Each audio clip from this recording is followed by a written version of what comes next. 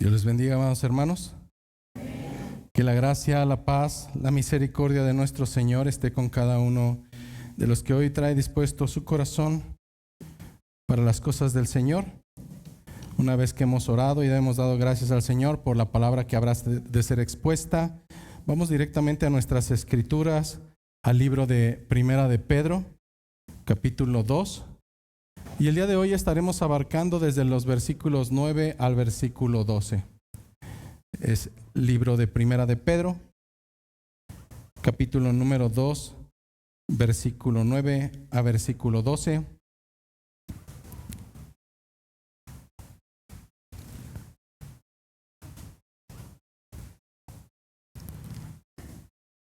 Y dicen las escrituras en esta mañana: mas vosotros sois linaje escogido, real sacerdocio, nación santa, pueblo adquirido por Dios, para que anunciéis las virtudes de aquel que os llamó de las tinieblas a su luz admirable. Vosotros que en otro tiempo no erais pueblo, pero que ahora sois pueblo de Dios. Que en otro tiempo no habíais alcanzado misericordia, pero ahora habéis alcanzado misericordia. Amados, yo os ruego como a extranjeros y peregrinos que os abstengáis de los deseos carnales que batallan contra el alma, manteniendo vuestra manera de vivir entre los gentiles, para que en lo que murmuran de vosotros como malhechores, glorifiquen a Dios en el día de la visitación, al considerar vuestras buenas obras. Esta es palabra de nuestro Señor. Tomen sus asientos, por favor.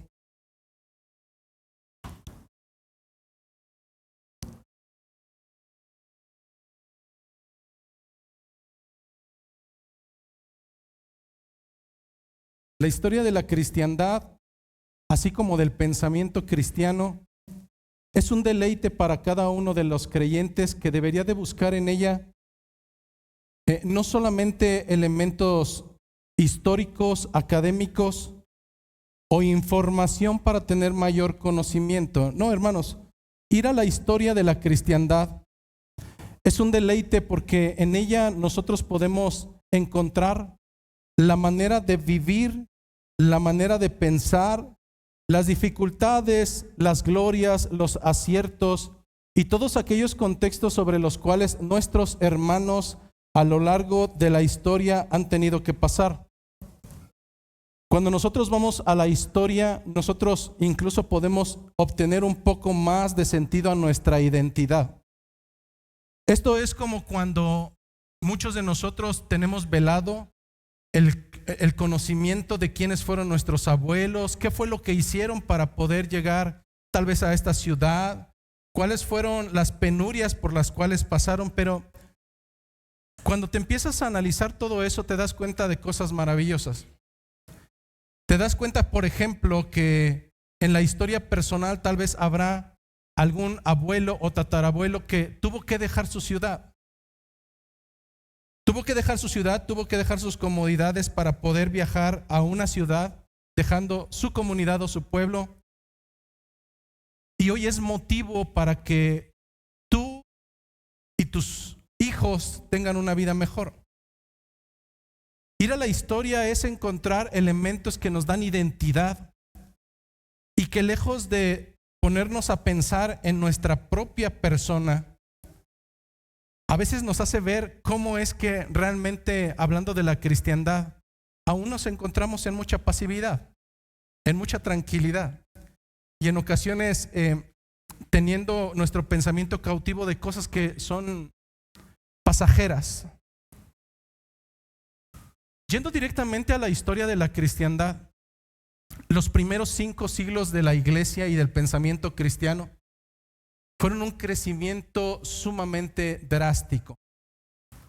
Lo hemos platicado en otras reuniones más, en otras exposiciones, cómo es que aquellas naciones bárbaras que empezaron a invadir el Imperio Romano, hablando solamente de Occidente, porque también en la historia vemos cómo se dividió la iglesia y quedó la iglesia en Constantinopla y quedó la iglesia en Roma, y cómo más adelante se dividirían, se crearía un gran cisma, una gran división, la cual hasta el día de hoy continúa.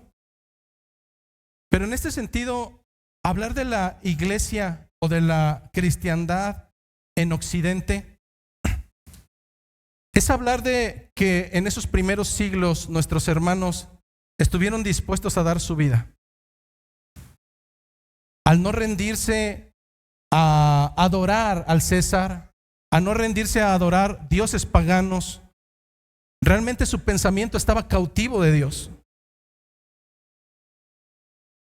Si nosotros lleváramos nuestras penurias delante de ellos, creo que probablemente no sé qué actitud tendrían, pero platicarles y decirles qué es lo que nos angustia hoy en día a alguien que dio su vida y estuvo dispuesto a dar su propia vida por el Evangelio sería sumamente complicado. Yo creo que en lo personal a mí me daría un poco de pena o mucha vergüenza. Pero en este sentido, hablar del siglo V al siglo XV, o lo que conocemos históricamente como el periodo medieval o el medievo, hablamos de un periodo oscuro para la cristiandad. Hablamos de un periodo donde el pensamiento cristiano comenzó a cauterizarse en su gran mayoría, donde la búsqueda insaciable del poder por parte de los dirigentes del pensamiento que catalogamos como cristianos de aquel entonces llevó a varias prácticas. Uno de ellos, la simonía. Ya no éramos cristianos en el poder para poder expandir el evangelio, sino cristianos que veían en la cristiandad un negocio, y a través del papado y a través de la venta de posiciones eclesiásticas, pues podían adquirir muchos beneficios. Esto se extendió a lo largo de 10 siglos, en donde incluso la palabra estuvo vetada. Nadie de los que pertenecían al pueblo podría acceder a una Biblia, esencialmente porque esta fue escrita posteriormente ya en el latín, y solamente aquellos que comprendían el latín, aun cuando fue escrita en hebreo y en griego, solamente aquellos que tenían el poder y el discernimiento para poder hacerlo estaban capacitados. Los demás solamente tendrían que obedecer. De tal manera que un creyente era sujeto de esclavitud del pensamiento cristiano de aquel entonces durante 10 siglos, desde su nacimiento hasta la muerte, ya que aún la salvación,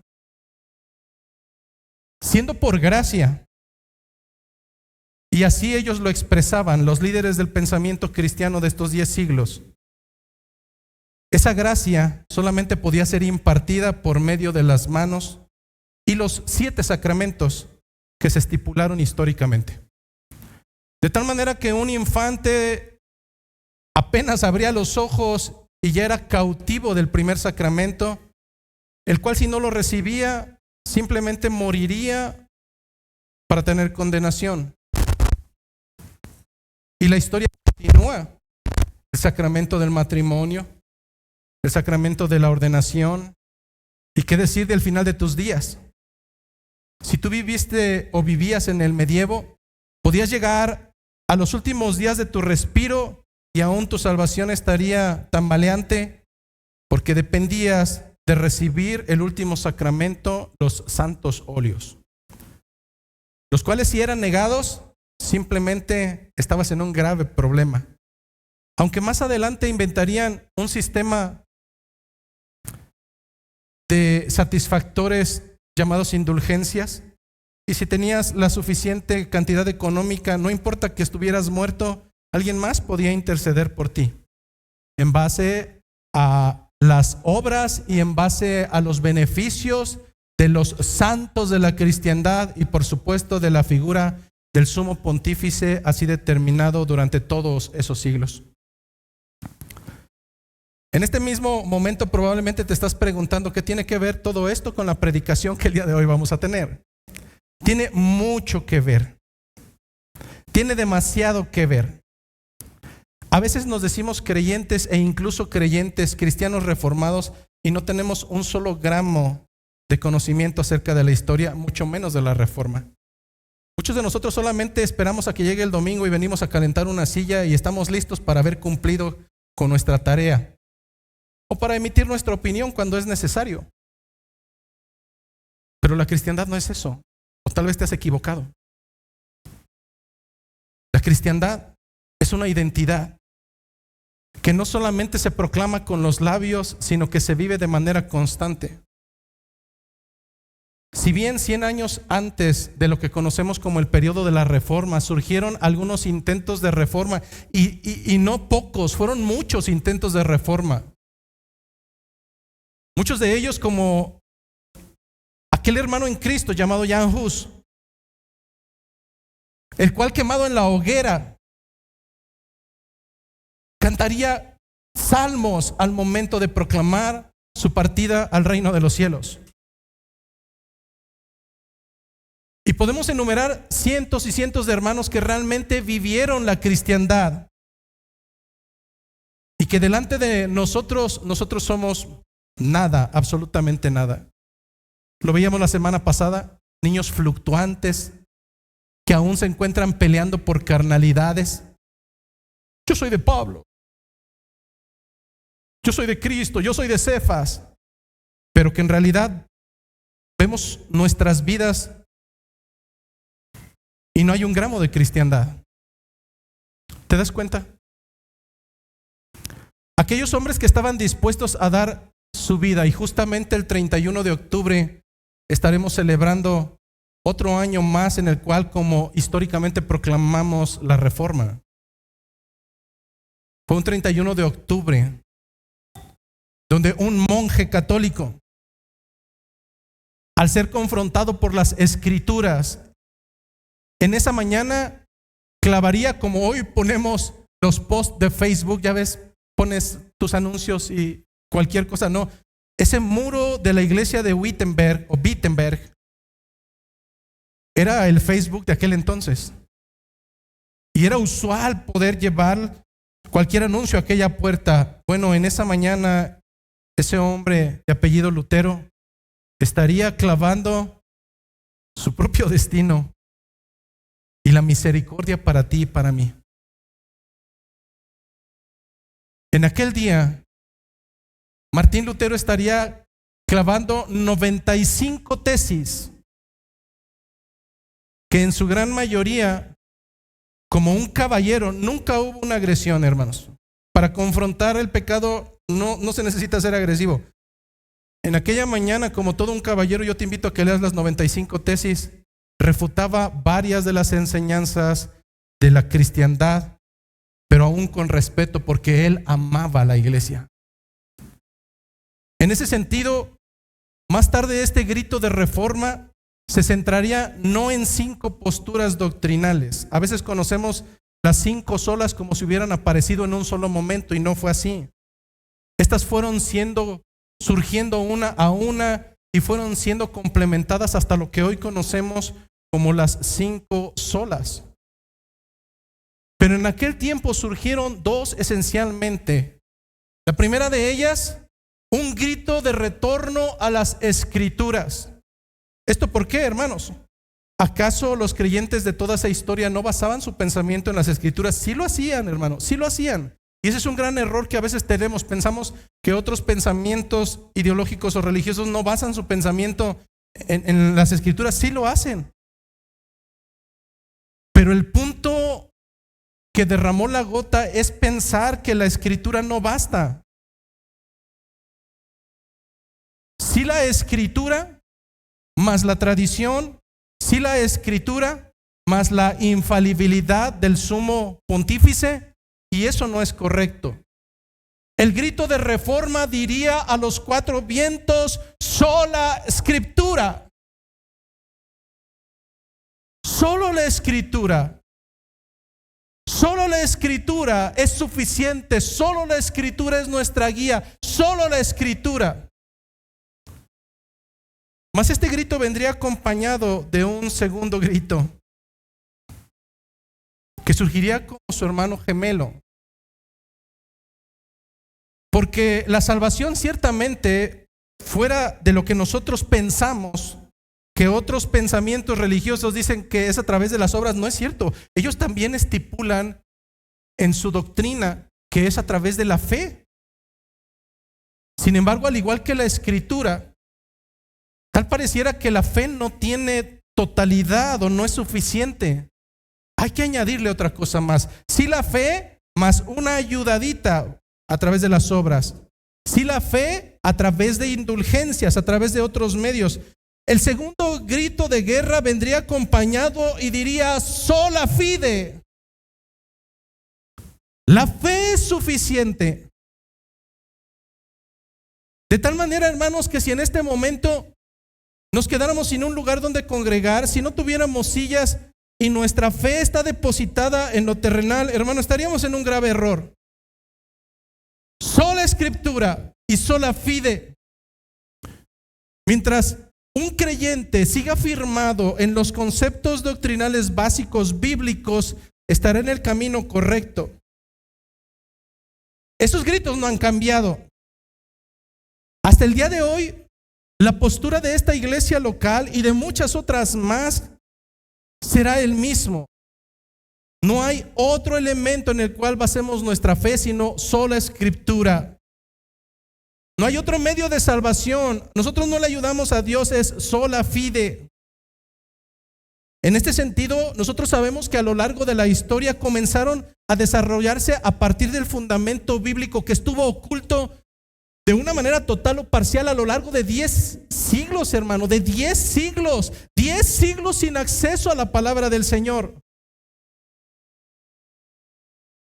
Paréntesis, nosotros la tenemos y de todos modos es como si estuviéramos en el medievo. La abres cada domingo y eso es una vergüenza. Cierro paréntesis. En este sentido, empezaron a surgir doctrinas y estas doctrinas fueron en relación a contrarrestar las herejías que sucedieron en aquel momento. ¿Tú pensarías que el hecho de que hoy en día haya iglesias que estén cimentando en tú eres campeón, tú poderoso y vamos hacia adelante y ánimo flaco, todos podemos? No, hermano, esa es una herejía que no es nueva. No hay nada nuevo debajo del sol, dicen las escrituras. Las mismas herejías que surgieron en los primeros siglos, me atrevo a decir desde el siglo número 2 o el primer siglo, las mismas herejías se vienen repitiendo de manera cíclica. Mas sin embargo, hermano, cuando nosotros seguimos muertos y adormilados, con nuestro pensamiento cauterizado en cuestiones terrenales y en cosas de niñerías, hermano, estamos dejando escapar ese gran tesoro porque deberíamos estar aprendiendo cada vez más acerca de Dios. Deberíamos estar buscando la teología bíblica. La letra no mata. La letra no mata. Al menos no de esa manera como nos lo inculcaron en muchas ocasiones. No, la letra quita ignorancia. Por falta de conocimiento el pueblo se pierde. Por falta de conocimiento y porque el pueblo sigue enfocado en otras cosas que no están siendo benéficas para su vida. Pero en este sentido surgieron 5 doctrinas importantes. Si usted o alguna persona no se ha inmiscuido en la historia, saldrá, son doctrinas calvinistas. De verdad, hermanos, son doctrinas bíblicas y el día de hoy es el objetivo corroborar que estas doctrinas no son doctrinas de hombre. De verdad, si usted es de los que dice yo no sigo hombres y no conoce la doctrina, usted se está siguiendo a sí mismo. Usted se está siguiendo a su propio Dios, a su propio pensamiento. Si usted dice yo creo en Dios a mi manera, yo no creo y ni sigo a hombres, pero no tiene doctrina bíblica, usted está siguiéndose a sí mismo. Y es lo mismo que si usted estuviera siguiendo a un hombre, porque no está siguiendo a Dios. Así es que en esta mañana hablar acerca de esas 5 doctrinas, muchos de nosotros las conocemos por las siglas o el acróstico TULIP, por las siglas en inglés. Muchos de nosotros las conocemos y mi intención no es ahondar en ellas, pero a manera de recapitulación, nosotros como iglesia local y por conciencia y doctrina bíblica, nosotros creemos que el hombre está totalmente depravado, muerto en sus delitos y pecados, total depravación. que es Dios y el hombre quien elige a los que habrán de ser salvos. Y no lo hace porque hayan de creer o porque sabía que iban a creer, no. Esta es una elección incondicional. A raíz de las doctrinas bíblicas nosotros entendemos, y ayer lo veíamos en nuestro estudio de teología, que no es lo mismo el perdón de pecados que la expiación de los pecados, que no es lo mismo el que haya un sustituto a que realmente haya un perdón de pecados. Y en este sentido, nosotros estamos ciertamente seguros por la enseñanza bíblica de que esa expiación, de que ese perdón de pecados es limitado. No es para todos los seres humanos, no es así. Pero dado que no es el punto de la explicación del día de hoy, probablemente lo abarquemos dentro de poco tiempo. Bajo estas doctrinas nosotros entendemos que solamente aquellos que están predestinados, porque escrito está, y en varias ocasiones, y en otras se conocerá como el concepto de la presciencia o de la presciencia. Nosotros entendemos a la luz de las Escrituras que esos elegidos, aun cuando muchos de ellos caminen en necedad por muchos años, aun cuando sean impertinentes, aun cuando parezcan necios delante de nuestros ojos, si realmente le pertenecen al Señor, ellos llegará un momento en que no resistan la gracia de Dios. Llegará un momento en que no resistan la gracia de Dios, porque es Dios quien extiende la misericordia. Las Escrituras nos dicen que es aún la misma fe proviene de Dios, no es tu fe, el Señor la brinda. Bajo estas doctrinas nosotros entendemos que un verdadero creyente y un verdadero salvo no es aquel que un día creyó, asistió, se bautizó y que ahora vive como gentil. Esperemos que esos casos procedan al arrepentimiento, pero si no es así, ¿qué sucede? ¿Acaso era hermano y dejó de ser hermano? ¿Acaso Dios se equivocó y entonces ahora Dios tiene una segunda oportunidad? No, hermano. Las Escrituras nos enseñan que aquel que simplemente tropezó y nunca más se levantó, sino que permaneció en pecado, al final de cuentas no era nuestro hermano y nunca lo fue. El segmento escritural de los 4 campos donde se regó la semilla del evangelio nos lo dice claramente. Hay una semilla la cual cayó, surgió rápidamente, pero como no tenía raíces, simplemente se secó. Pero ¿qué sucede? Ya iba grande, ya estaba creciendo, simplemente se secó y nunca más volvió a surgir. Así es que, ¿por qué traer a colación estas 5 doctrinas que concentran las verdades bíblicas, no solamente de hoy en día? Son doctrinas históricas, hermano, históricas, que a lo largo de siglos y siglos y siglos han permanecido hasta el día de hoy. ¿Por qué traerlas a colación? Porque una de las más controversiales precisamente tiene que ver con la elección incondicional de parte de Dios. Mayormente cuando tenemos familiares que son inconversos, no se diga nosotros que somos padres y que tenemos hijos que nomás no les entra la doctrina y no les entra la doctrina. Hermano, Dios es soberano, y si Dios no tiene contemplado a tus hijos o a ti mismo para salvación, Dios es soberano y sigue siendo Dios. Dios es soberano y sigue siendo Dios. ¿Por qué causa tanto conflicto este punto? Elección incondicional. A la gran mayoría de nosotros nos costó trabajo en su momento porque no nos cabe en la cabeza el hecho de que Dios pueda elegir a su esposa. Pero si te pones a ver en tu vida personal, tú mismo hiciste exactamente eso. Tú no te casaste con 3 o 4. Tú no te casaste con todas.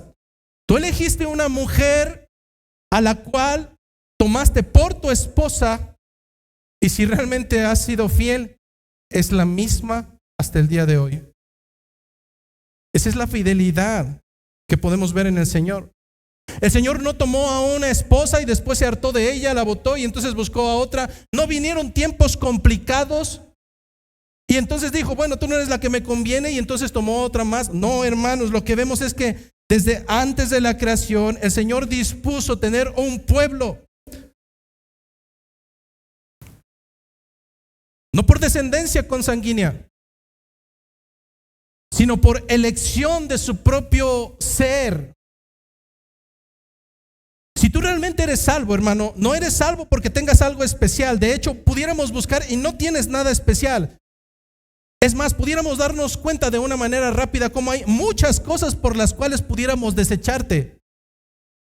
Pero si el Señor te ha tomado como parte de su esposa, tenemos algo totalmente seguro, que Él, a diferencia de nosotros, Él no te va a desechar. Así es que la elección incondicional no es tan complicada. A lo largo de la historia hemos visto cómo el fundamento bíblico se centra en elección tras elección tras elección. ¿Por qué? No lo sé, hermano. ¿Alguna vez te has preguntado por qué eligió a Abraham y no a Nacor ni a su hermano el tercero? Eligió a uno, solamente a uno, y le dijo: sal de Ur de los Caldeos y obedece todo lo que te voy a decir. Dios tan injusto, no, Dios es soberano. Dios es soberano. Y si no alcanzamos a comprender su soberanía, hermano, estamos realmente fritos, porque entonces veremos todo lo que nos sucede como parte de una consecuencia o de algo fortuito, y no es así, hermano. Dios es soberano. Dios es soberano, y aún el Señor es tan soberano que, de acuerdo a las Escrituras, en el libro de Mateo, todos tus cabellos los tiene contados, sean pocos o sean muchos. Dios los tiene contados, cada uno de ellos. Así de soberano es Él. ¿Crees que Dios no tiene control de lo que está pasando en tu vida o en la mía? Por supuesto que Dios tiene control. El problema no está en Dios, el problema está en ti y en mí, que cuestionamos si esto es correcto o no. Y eso es un problema. Cuando nosotros empezamos a cuestionar, no al pastor, hermano, olvídate de mí.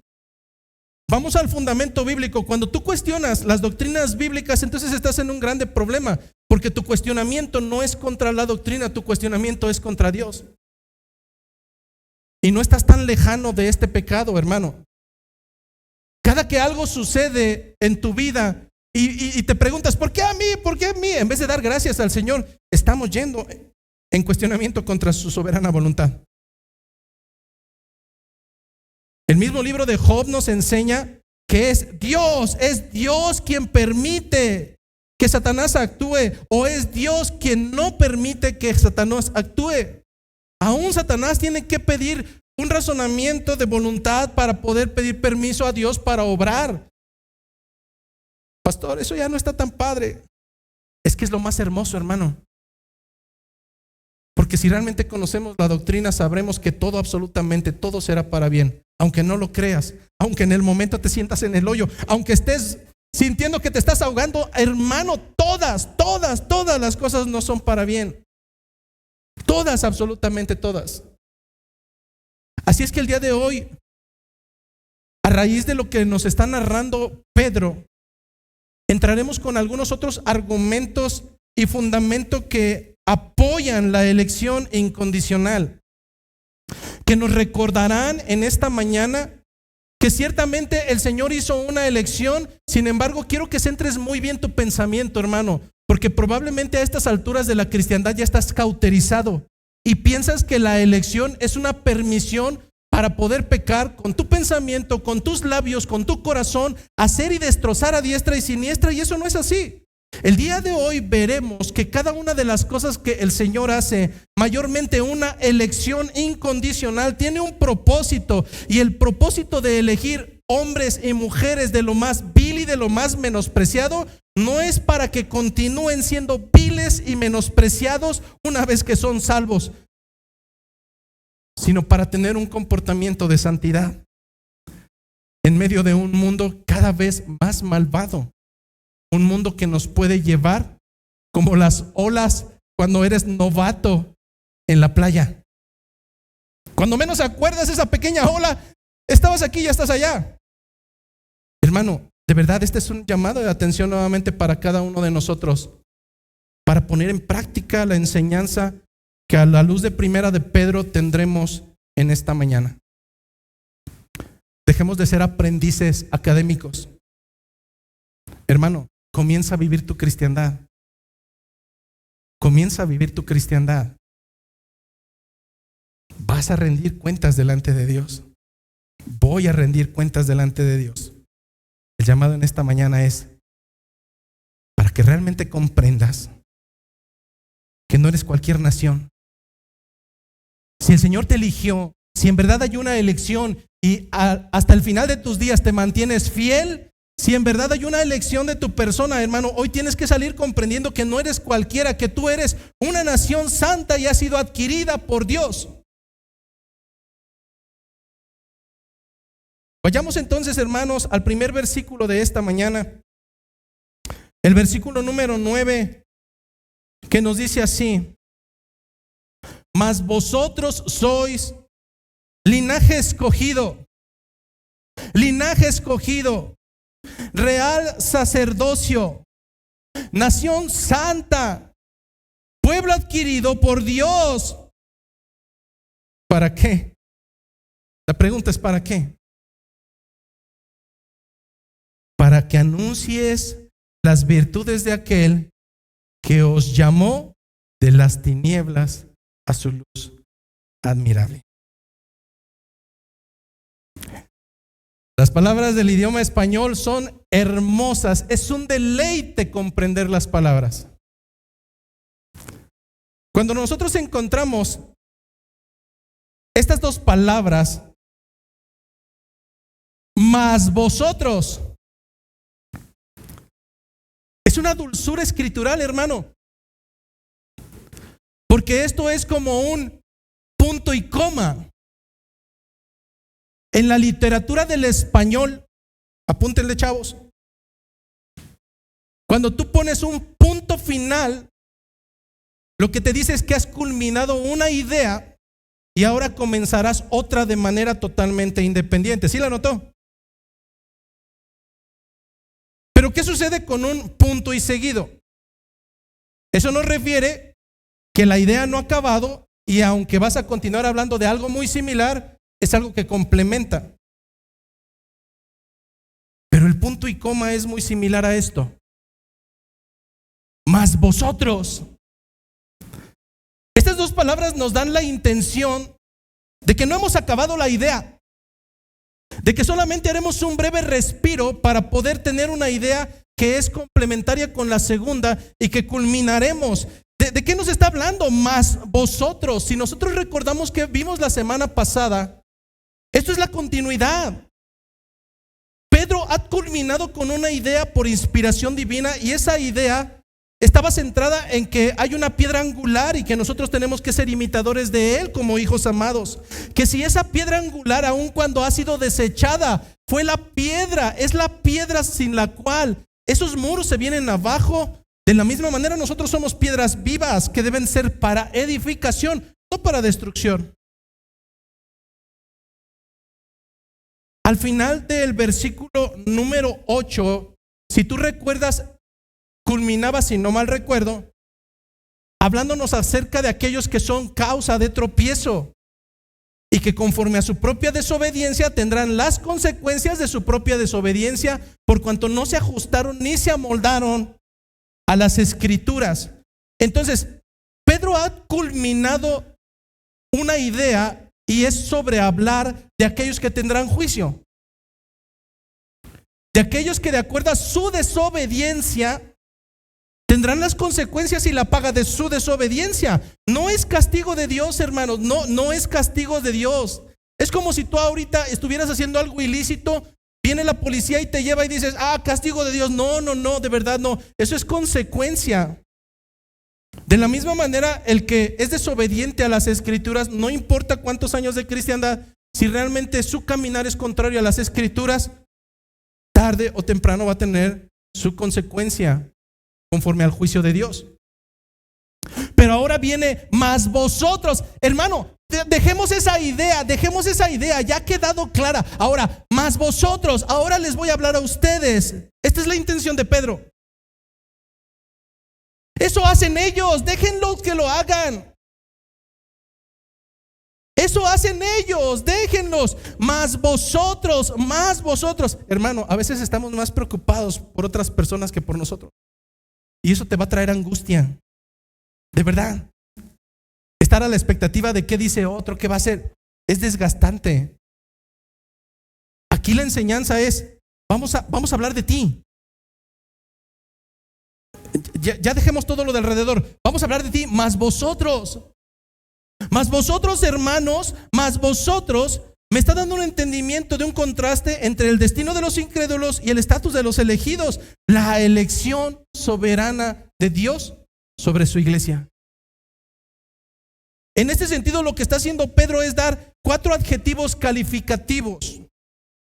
Un adjetivo calificativo es una característica que se le otorga a un objeto y de la cual te puedes dar cuenta de cuál es su forma, de cuál es su esencia. Hermano, lo que está a punto de hacer Pedro son 4 adjetivos calificativos que deben de distinguirte. Si no te están distinguiendo, estás en un grave problema. Hermano, en verdad, de verdad, a veces quisiera, no sé qué hacer para decirte que el problema no está en ningún otro lado, el problema está en ti, el problema está en mí. Por mucho que resuelvas en este universo situaciones, por mucho que en esta terrenalidad seas sumamente exitoso, si estás carente de estas características, de estos adjetivos calificativos, estás descalificado. Así es que lo que está haciendo Pedro es de darnos estos 4 elementos. ¿Cuál es el primero de ellos? El primer adjetivo calificativo que utiliza es: eres linaje escogido. Nos guste o no, la palabra escogido está escrita ahí y está escrita cientos de veces en el fundamento bíblico. Eres linaje escogido. ¿Qué es un linaje? El linaje no es otra cosa más que la descendencia de alguien, pero no cualquier descendencia, porque entonces diríamos la simiente o la descendencia. No, aquí está diciendo linaje. La palabra linaje se ha utilizado a lo largo de la historia para referirse a una descendencia que es especial. La palabra que utiliza en el original en griego, genón, eclectón, se traduce como descendencia de la nobleza. Eres descendencia de la nobleza, y no por nacimiento, sino por elección.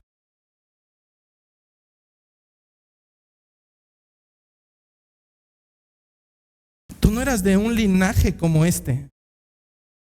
Comenzaste a ser linaje al momento de ser escogido. Había un niñito en la internet que se volvió famoso porque tenía algunas complicaciones físicas y cantaba una cancioncita y decía: no te creas tan importante, no te creas tan importante. No fuiste elegido por ninguno de tus atributos, fuiste elegido por misericordia. Elección incondicional. ¿Qué vio Dios en ti? Absolutamente nada. Elección por gracia, elección por misericordia.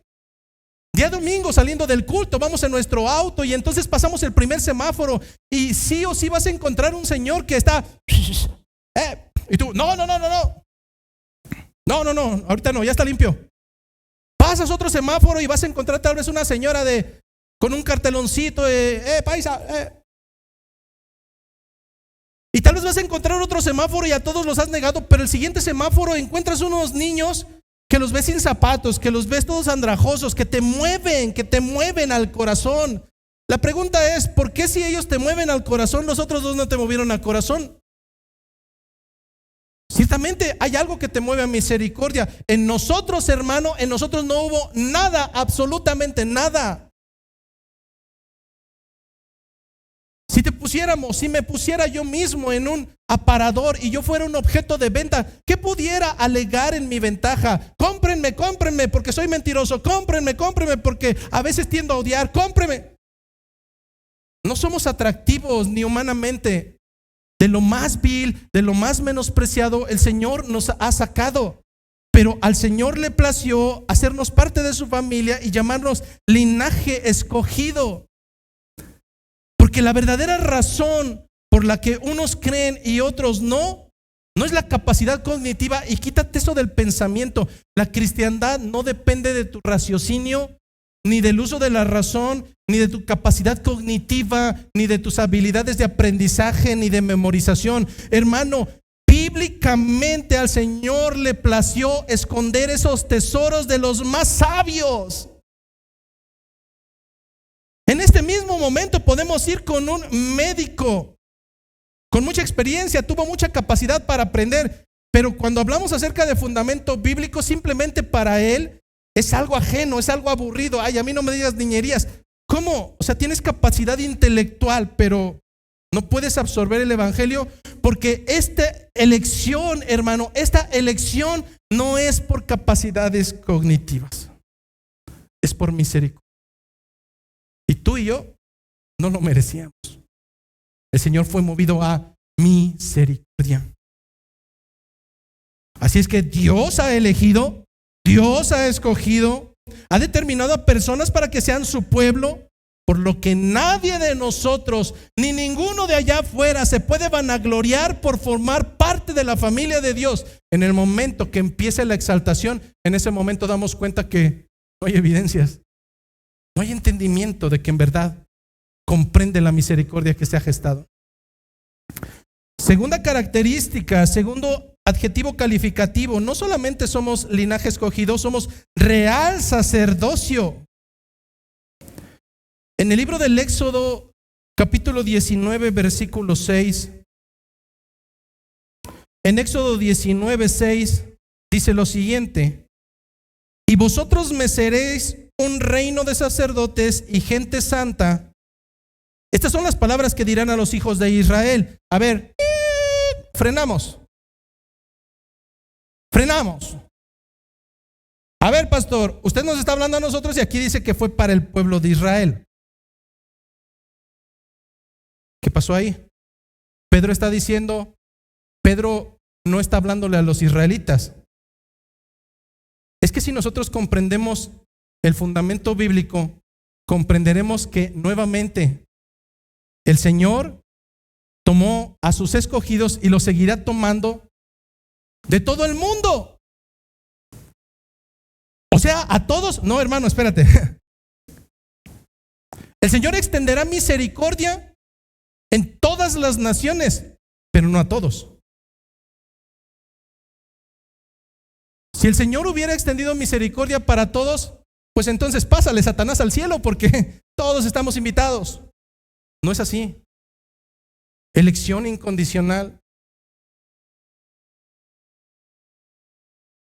Lo que nosotros comprendemos a raíz de esto es que desde el principio el Señor ya tenía un pueblo escogido que no era por cuestión de descendencia étnica. Hemos visto 100 veces en el libro a los Gálatas que la característica distintiva es los que provienen de la fe. Ayer nos preguntábamos en el estudio de teólogos, entonces, ¿cómo es que se salvaban en el Antiguo Testamento? Por el mismo elemento, por la fe. Pero al igual que en el Antiguo Testamento, en el Nuevo, la fe no es para todos.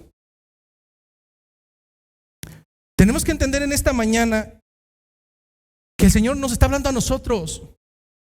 Somos real sacerdocio. En la antigüedad, la palabra que se utilizaba no era episcopos o presbúteros, como nos enfocamos a veces para los ancianos o para los pastores y decimos, no, yo no soy sacerdote, el que es sacerdote es aquel barbón. El que tiene que aguantar los ramalazos es él. ¿Yo por qué? No, hermano, no, espérame, vámonos paso a paso. Porque la palabra que se utiliza en el original, ahora en griego, porque estamos hablando del Nuevo Testamento, no es la palabra ni presbúteros ni episcopos. La palabra que está utilizando, y esto es lo interesante del lenguaje, la palabra es hiereus. La palabra hiereus es la misma que se utiliza en el hebreo del Antiguo Testamento, en el libro de Éxodo, cuando se refiere a la orden sacerdotal de los que estaban destinados para ser los intermediarios entre el pueblo y Dios. Dios no tenía comunión con todo el pueblo, Dios tenía comunión con uno solo de ellos y lo hacía una sola vez al año, el día de la expiación, en aquel lugar que Él ordenó que fuera construido con 3 segmentos: el propiciatorio, el lugar santo y el lugar santísimo. donde todos los sacerdotes ordenados del linaje de Leví y descendientes de Aarón tendrían esa dirección de estar en ese templo, pero solamente podrían llegar al lugar santo, porque entrar al lugar santísimo podría ser el resultado de la muerte para cada uno de ellos. El sumo sacerdote tenía una vestimenta sumamente especial, tenía un vestido de lino, y algo muy peculiar es que en la parte inferior tenía unas campanillas, y el día de la expiación, solamente el día de la expiación, cuando descendía el Espíritu de Dios sobre aquel lugar, podía entrar solamente él, pero previamente debía de haberse encontrado perfecto en su físico y perfecto en su corazón. ¿Para qué las campanillas?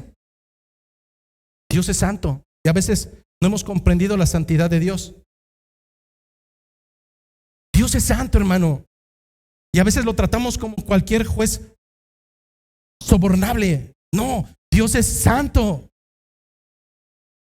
Al final de tus días va a revelar todo lo que hiciste, todo como si fuera una película. Cada cosa que hiciste en la intimidad, en lo oscuro o en lo oculto, en la noche, todo eso. Y no solamente eso, hasta las intenciones de tu corazón. Es decir, delante de cualquier persona puedes decir, no pasa nada. Pero al final de tus días serán expuestas aún tus intenciones. La pregunta nuevamente vuelve a ser la misma. ¿Por qué aquel hombre tenía que ser perfecto en su caminar? Incluso llevaba una diadema que decía, escrito, lo vimos en el devocional de jóvenes, santidad a Jehová. Cada que se viera en un reflejo tenía que recordar, tengo que ser santo. Cada que le ganaba la carnalidad, tengo que ser santo, tengo que estar consagrado a mi Señor. Bueno, si aquel hombre tenía algo que no había declarado y realmente estaba impuro en su corazón o en su propio cuerpo, no solamente llevaba unas campanillas al inferior de su vestimenta, ese día de la expiación era amarrado en una de sus piernas antes de entrar. De tal manera que cuando descendía la presencia de Dios, si él no se encontraba en santidad, si había querido engañar a todos, no se iba a salir con la suya delante de Dios. Él caería fulminado como cae un perro. Afuera se darían cuenta que las campanillas ya no sonaban. Y entonces sería el momento de sacarlo como sacas a un animal, que tal vez pudo engañar a muchos, pero no engañó a Dios. ¿Por qué? Porque nuestro llamado es hacer real sacerdocio, real sacerdocio. ¿Qué es el real sacerdocio? El ejemplo lo tenemos en Jesucristo, el mediador. En la antigüedad era el mediador entre el pueblo y Dios, el que llevaba el sacrificio, el que daba esa libertad de poder ser intermediario para poder llegar hasta Dios. Jesucristo es nuestro sacerdote, el perfecto sacerdote, pero nosotros no escapamos a ello. Tú pensarás que por no estar detrás de un púlpito no vas a dar cuentas. No, hermano, vas a dar cuentas. Tú pensarás que todo eso que guardas no será develado. No, sí va a ser develado. Pero tú eres real sacerdocio, hermano. Tu función es ser sacerdote. Y no tienes que estar detrás de un púlpito. Al igual que Jesucristo fue el sacrificio para poder llegar al lugar santísimo, así nos lo dice Hebreos 4:16. Nuestro papel no puede ser un papel pasivo. De verdad, hermano, si aún no has tomado la responsabilidad que te corresponde como padre o madre de familia, como un sacerdote o una sacerdotisa del Señor, estás en graves aprietos. ¿Tú pensarías que quien viene a exponer es quien debe de ocuparse toda la semana? Y si tiene actividades, pues que ahí busque un canchito en la tarde, al fin que hay tiempo. No, hermano, no, ese es trabajo de todos nosotros. Aquí no está diciendo los pastores, está diciendo ustedes más vosotros sois real sacerdocio. A veces queremos que nuestros hijos comprendan las escrituras cuando ni siquiera nosotros aprendemos ni de chiste el poder abrir las escrituras durante la semana. O sea, ¿cómo va a suceder, hermano? ¿Cómo va a suceder eso? El sacerdote era aquel que debería de dirigir al pueblo. Hermano, el Señor te ha dado una autoridad para dirigir al pueblo en tu hogar. Y no lo estás haciendo, estás en graves problemas. Por tanto, el papel de un sumo sacerdote o de un sacerdote, tal cual como nos nombra Pedro, no es un papel pasivo. Nosotros tenemos la responsabilidad de unirnos a Cristo en su obra sacerdotal de reconciliar a los pecadores con Dios. ¿Qué fuimos a hacer el viernes a la zona centro? A cumplir nuestro papel de real sacerdocio. ¿Qué estuviste haciendo tú? Yo no sé. Espero que realmente sea justificante delante del Señor, hermano. Pero si no estás haciendo tu papel de real sacerdocio, estás en graves problemas. Estás en muy graves problemas. Si la serie de Netflix fue algo más importante, creo que no será justificante delante del Señor. Eres real sacerdocio. El papel de la reconciliación no solamente de Cristo, te corresponde a ti también. Segunda a los Corintios, capítulo 5, versículo 18 al 21. Segunda a los Corintios, capítulo 5, versículo 18 a versículo 21.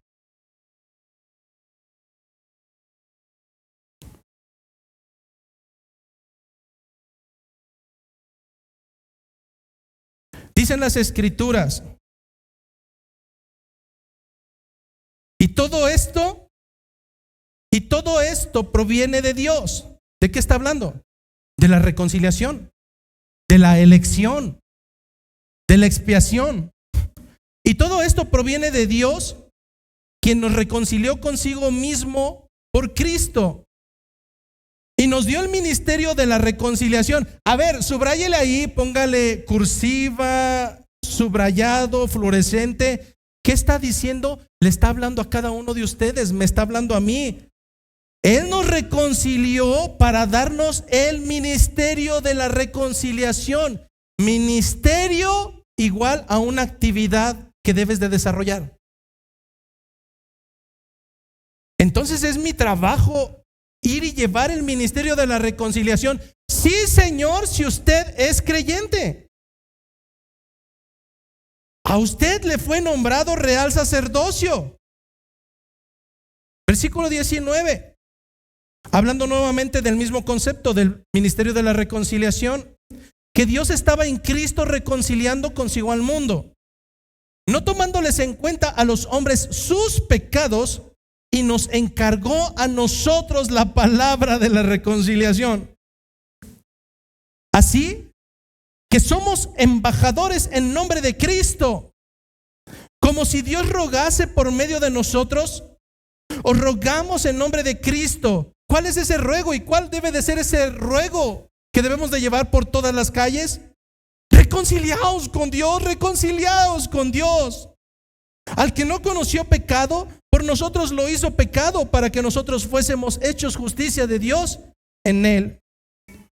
De tal manera que entre más vamos avanzando, hermano, dicen algunos allá afuera que entre más sabes, más se te va a demandar. Y así es. A veces puedes pasar terrenalmente que una infracción te la dejen pasar porque no conocías la ley. Delante de Dios no va a ser así. Delante de Dios tendrás el juicio del conocimiento que el Señor te ha brindado. Entre más te empapes de todo esto, hermano, lo que estás haciendo es saber lo que al Señor le agrada y lo que al Señor le desagrada. Lo que el Señor ordena y que muchas veces no seguimos. Somos real sacerdocio. Somos aquellos a los cuales se les ha dado el tesoro preciado del ministerio de la reconciliación. La pregunta es, ¿qué estamos haciendo? ¿Realmente somos real sacerdocio?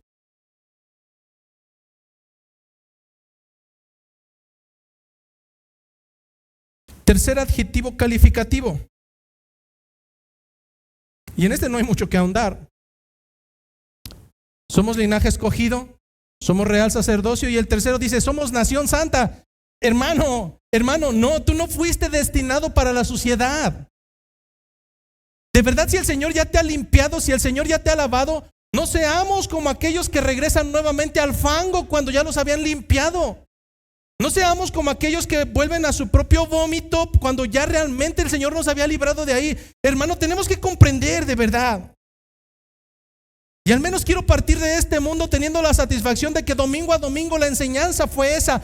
Lo que el Señor está demandando de nosotros no es que seamos exitosos, no es que tengamos buenas carreras académicas en esta tierra, que seamos amigos de todos los niños. No, hermano, el Señor demanda una sola cosa de ti: que seas una nación santa. Si hasta el día de hoy vives pensando que es lícito y válido delante de Dios tener un pie en la santidad y un pie en la suciedad, así no es. O estás con Cristo o estás en contra de Él. O levantas o recoges o desparramas. O eres con Él o eres contra Él. No hay otro camino, hermano. No lo hay.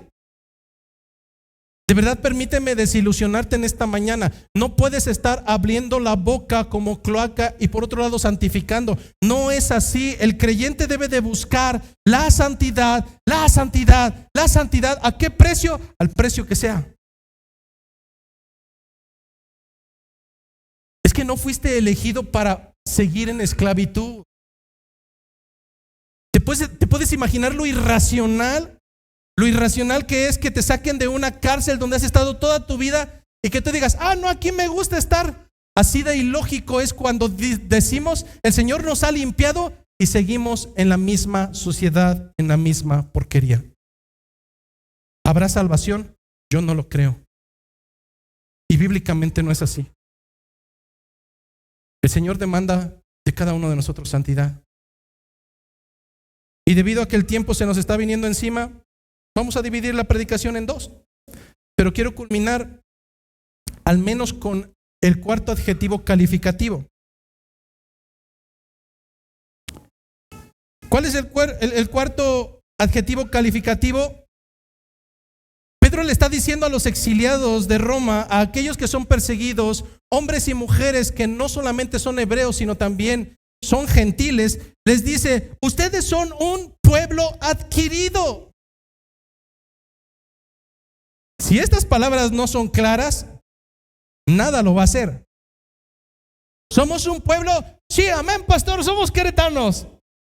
Bueno, no estamos hablando de el origen de la localidad, estamos hablando de un pueblo que no responde a un gentilicio, que no responde a un origen étnico. Estamos hablando de un pueblo que dice la segunda palabra del adjetivo calificativo: un pueblo adquirido.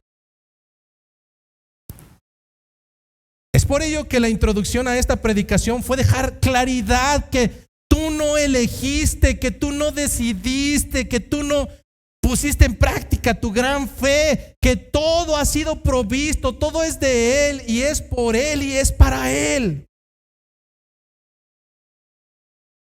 Que eres un pueblo que ha sido adquirido. La misma palabra o las mismas palabras en el original en griego aparecen en Éxodo 19:5 y en Tito 2:14. Laos eis. Laos eis. ¿Qué quiere decir laos eis? Un pueblo sobre y por encima de los otros. Hermano, si realmente te dices cristiano y no intentas ni buscas conscientemente la santidad, mucho menos pasar y distinguirte de los demás, hermano, tú no eres un pueblo sobre y por encima de los otros, tú eres un pueblo igual que los demás. Si en tu vecindario no pueden identificar sin que tú digas: soy cristiano, o sin que salgas con una crucifijo de este tamaño, o sin que salgas con una playera que diga I love Cristo, si la gente no puede identificar en ti algo que te haga distintivo por encima de los demás en referencia a la cristiandad, hermano, tú no eres un laos eis, tú no eres un pueblo sobre y por encima de los otros, tú eres un pueblo como los demás. El adjetivo calificativo que le está dando a los creyentes de aquel entonces y por consiguiente al resto de la iglesia por las generaciones es ser un pueblo que se distingue por encima de los otros, que no es ni siquiera similar, que claramente puedes identificar quiénes son unos y quiénes son otros. Es lo mismo que sucedió en el siglo I con nuestros primeros hermanos en Antioquía. ¿Por qué les comenzaron a llamar cristianos? Porque identificaron que tenían características, hábitos, comportamientos, palabras, expresiones totalmente diferentes a las del pueblo judío. El emperador romano tuvo que empezar a distinguir, porque entonces ya no tenía solamente judíos ahí, sino que tenía judíos y judíos que eran diferentes. Era un pueblo por encima era diferente, era perceptiblemente identificable por encima de los demás.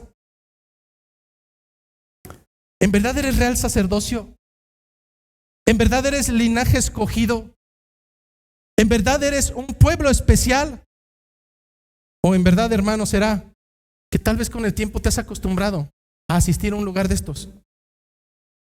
Y que ahora ya es sencillo decir soy, cuando en verdad no hay nada que te distingue. Eres pueblo escogido. La segunda palabra que complementa este adjetivo calificativo es la palabra del griego peripoiesis. ¿A qué se refiere? La primera palabra fue pueblo, se traduce como pueblo. La segunda se traduce como una posesión en un sentido especial. La gran mayoría de nosotros conoció los tazos, ahora están muy de moda. Creo que ahora les llaman tazos dorados. ¿Por qué les dicen tazos dorados? Porque no es cualquier tazo. Porque es uno que distingues de entre todos los tazos que hay ahí. Esas figuritas salían en las botanas mexicanas. Tú podías comprar esas bolsas y decías, ay, ya otra vez este repetido, y otra vez este siempre y siempre. Pero cuando salía un tazo dorado, ese lo guardabas debajo de la almohada. Ese no lo ponías en la caja con todos los demás. Ese era un artículo que era distintivo y era especial para ti en esa tierna edad o en esa gran edad. Hay artículos, hermano, que aún en nuestro propio hogar no los compartimos con todas las visitas. Las abuelas tenían ese artículo distintivo de los hogares donde había platos y platos y platos, pero había otro, una vitrina. Una vitrina de madera de caoba con sus cristales transparentes y en los cuales había unas ciertas tazas y unos platos sumamente exquisitos y hermosos. Cuando llegaba alguien a la puerta a tocar para decir, me da un pesito, me da de comida, la abuela en su vida pensaría que iba a sacar esa vajilla. No, esa vajilla no. Sí, dale un taco a ese chavo, pero dale en un plato desechable. Si llegaban las visitas y no eran visitas sumamente entrañables y especiales, no sacaba esa vajilla especial. Ella sacaría los platos de barro, las cucharas de peltre. Pero esa vajilla que estaba guardada para momentos especiales estaba resguardada, como el Señor resguarda a su pueblo adquirido. Una posesión especial. Una posesión especial que no es utilizada para cualquier uso vil, sino para uso honroso. En esos utensilios que son especiales, el Señor no servirá a cualquier cosa terrenal. El Señor la ha creado a esa vajilla, a esos utensilios especiales para depositar lo más preciado que ha tenido. Y eso más preciado es el ministerio de la reconciliación. La pregunta final en esta mañana: ¿para qué el Señor me ha catalogado como linaje escogido? ¿Y eso qué? ¿Y eso qué que me hayan nombrado real sacerdocio? ¿Y a mí qué me viene de bien? ¿Ser la nación santa o el pueblo adquirido por Dios? Pues quiero cerrar en esta mañana diciéndote con claridad que el Señor ha elegido a los suyos y los ha predestinado con un propósito, y no es para seguir caminando en suciedad, es para anunciar las virtudes de aquel. Es para anunciar las virtudes de aquel que nos ha llamado de las tinieblas en donde todos y cada uno de nosotros estábamos. Ninguno de nosotros nació en cuna cristiana. Eso es una barbaridad y es algo antibíblico. No, hermano, todos y cada uno de nosotros fuimos traídos de las tinieblas a su luz admirable. ¿Qué nos resta? ¿Seguir en tinieblas? No, eso sería una contrariedad. Nuestro trabajo es, si vamos a ser y si somos linaje escogido, real sacerdocio, nación santa, pueblo adquirido por Dios, no es para permanecer estáticos, ni mucho menos para permanecer en las tinieblas. Nuestro trabajo, nos guste o no nos guste, y deberíamos de hacerlo apasionadamente, es anunciar las virtudes de aquel que nos llamó de las tinieblas a su luz admirable. Así es que antes de concluir, quiero recordarte, hermano, que este próximo viernes tenemos otra cita más. No sé ahora qué excusa tendrás. No sé si ahora te sentirás como agredido porque te estoy diciendo que tenemos que ir a llevar lo que hoy hemos visto.